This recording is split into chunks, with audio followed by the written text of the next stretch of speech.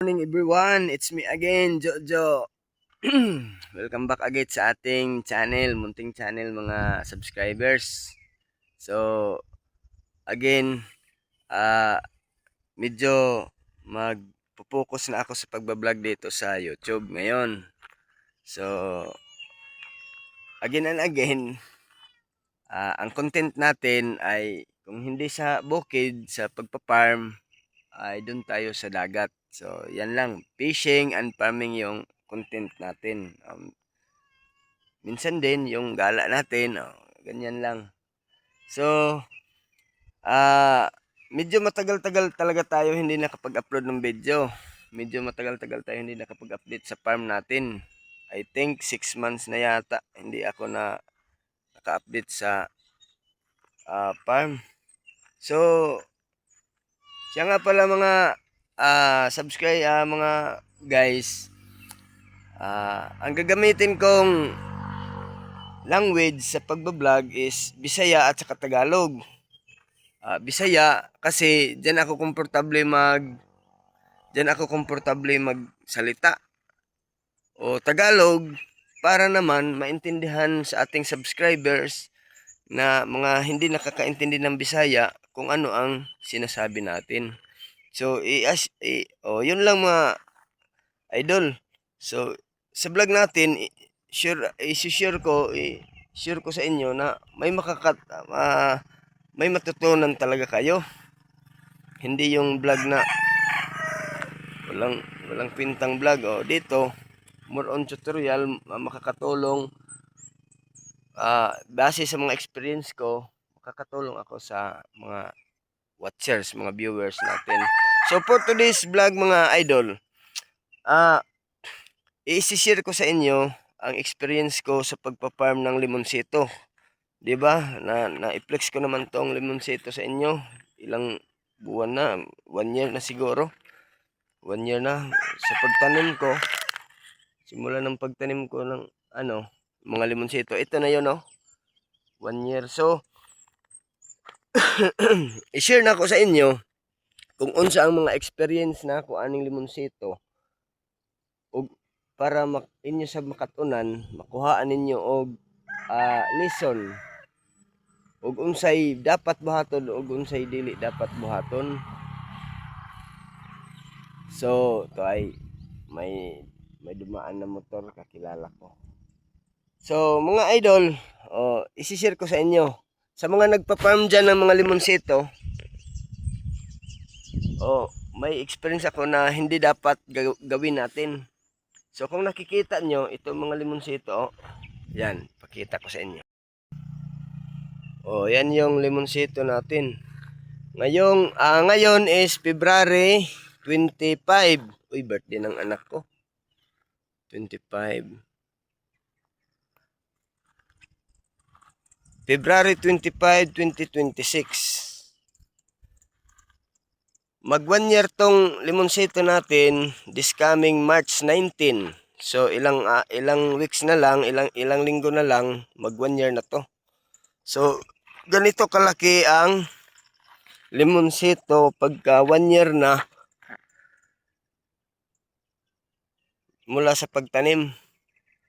So ano ba ang i-share ko sa inyo? So kasi mga idol,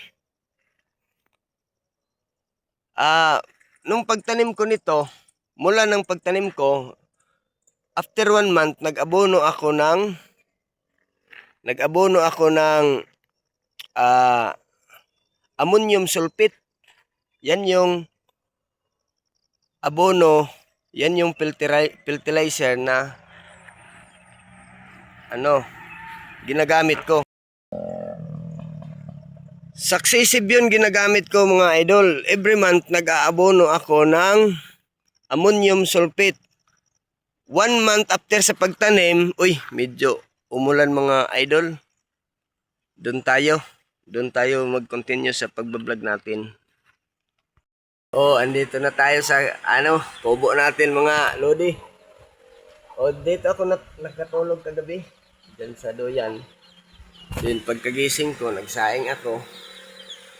Noodles lang yung ulam natin. Continue tayo mga idol. So, yun mga idol. After 1 month mula sa pagtanim, nag-apply ako ng abono na ammonium sulfate. Kasi yun yung sabi ng binilihan ko ng seedlings ng lemon. Maganda sa lemon daw ang abono na ammonium sulfate. So yun ang ginagawa ko. Mula sa pagtanim, after 1 month, nag-apply ako ng ammonium sulfate. Successive yun. 5 to 6 months, every month talaga, nag-abono ng ammonium sulfate. So, pagka 7 months mga idol, ang ginawa ko, nakakita kasi ako ng vlog na sabi nila na itong mga markot daw, mga baging na limonsito, pwede na daw to applyan ng potas or complete para mamunga kasi matured na yan galing sa pag markot sa mother na punuan. So, ang ginagawa ko, pagka 7 months, nag-abono ako gamit ang potas. Potas ba yun o complete? Complete yung gamit ko mga idol. Bumili ako ng complete na abono, 14-14, triple 14. In-apply ko ngayon. So, yun mga idol. Yun ang dapat natin hindi gawin. Kasi, naninibago ang mga lemon. Kung nakita nyo, yan nakita nyo, naka-recover na. Gani, medyo may may mga hindi pa magandang mga dahon, yan.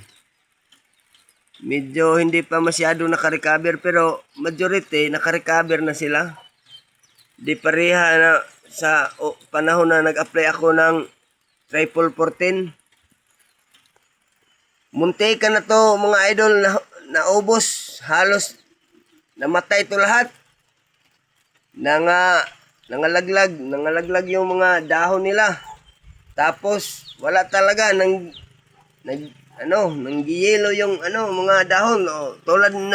Tulad dyan mga idol, tingnan nyo, may bakas pa sa yung mga yelong dahon. May bakas pa sa hindi tama sa paggamit ng abono. So yun mga idol.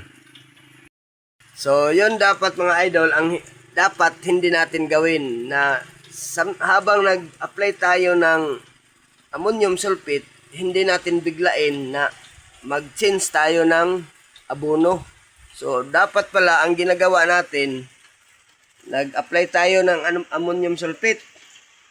After 4 months siguro, 4 months, yung wala na ba